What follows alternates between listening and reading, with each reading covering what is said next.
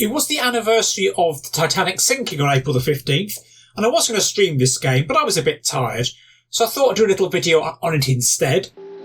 It's from 1984, R&R Software, and NASA have discovered the Titanic on the bottom of the sea, and your goal is to find the Titanic and loot the gold which is on board.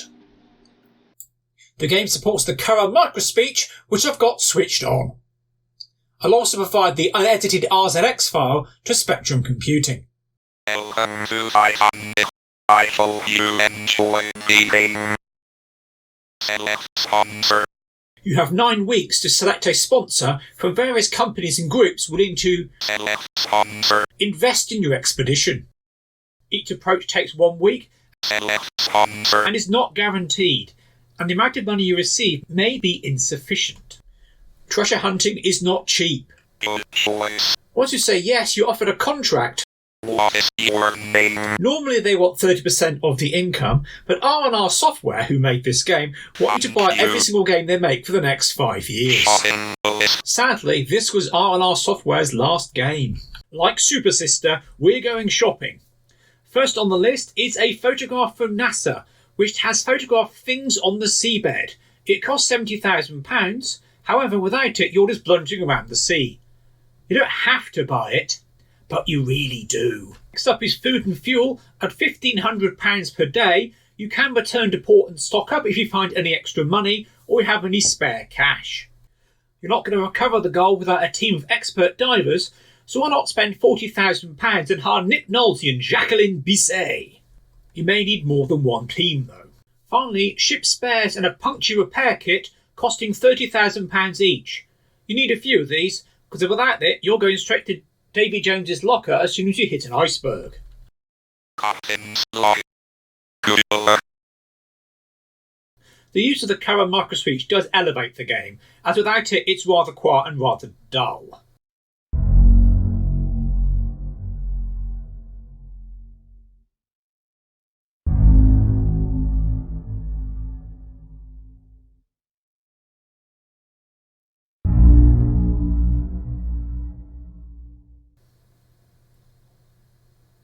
We draw the map and we see the purple squares representing things that NASA have detected. You get to move north, south, east or west, or you can use the cursor keys, press L for the captain's log or Q to quit. We advance. Mention the captain's log. Captain's log. Gun fishing. And unfortunately the dark patch on the map was a large shoal of fish and not the wreck of the Titanic. Let's try another one.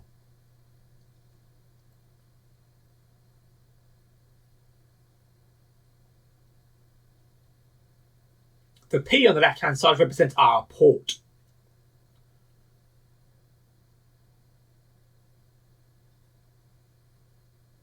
Captain's log. Oh no. We've hit an iceberg, which will sink us. Fortunately, we've got the puncture repair kit, which costs £30,000, money well spent. And there is no way to tell what these things are without moving into them. So you have to find the various blobs, move into them and hope it's something interesting.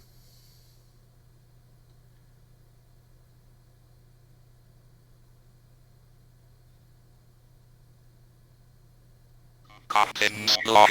Oh no.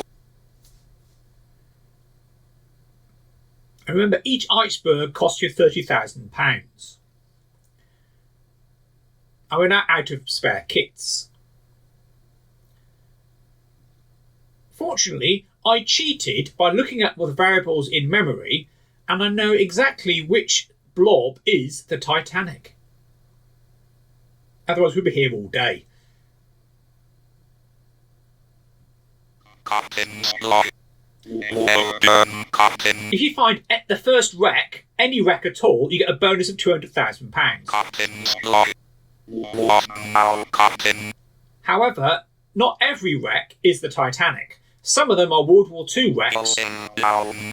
which will explode and kill your divers. Poor Jacqueline. Nothing yet. Wait, what's this? It's the Titanic. Captain, we found the Titanic. Captain's log. What do we do now?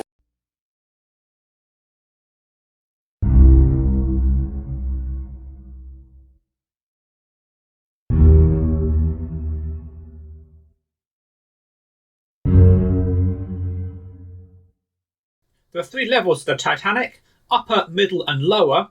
We get to explore them. Please turn the lights on. In one of the rooms on one of the decks is the gold. Fortunately, I've cheated so I know which of the 3 it is and the rough coordinates of the room on the Titanic. Help us find the gold. This will save us time. Otherwise, we're just wandering around in the dark. What now follows is a 3D maze. You get to go north, south, east or west, depending on walls and passages and doors. You occasionally meet monsters, which you fight. The warverse vertical. For a nice warm bath. Occasionally the Currah MicroSpeech chirps up with a little saying, which is quite amusing. You might find a room with a map in it, which is useful. Tells you where you are, because the place is a maze. For a nice warm bath. Every 8 moves, the number in the top right hand side decreases by 1. If it hits 0, you drown. You can fight monsters such as giant crabs, great white sharks, conger eels, and there is a 20% chance that the monster will kill your crew. Most of the time though, you're safe. And it draws these quite slowly. The crab is rather good, the eel's not bad, and the shark is pretty good actually, although the teeth are rather offset. We are safe. There is some variety in the rooms. Some rooms are the newsagents, storerooms, stewards' rooms, that sort of thing. But you don't find anything apart from the gold. You don't find no treasures, no extra bonuses, no interesting memorabilia. Please turn the lights on.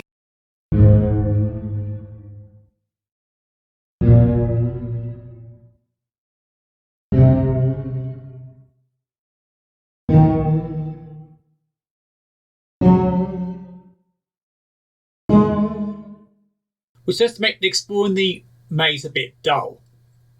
Again, with the monsters, you generally speaking defeat the monsters. If you don't defeat the monsters, you have to go back and get some more divers. And you only have a 1 in 3 chance of picking the right deck to begin with. So it is a game of patience and isn't very exciting. Although the graphics are quite nice, you get to see portholes and such that you can't open and escape from. Eventually, however, you will blunder into the treasure room, Congratulations. uncover a safe full of gold, and I'm told you now have enough gold to raise the Titanic. But that's another game. And also a film that destroyed a studio. Thank you for watching.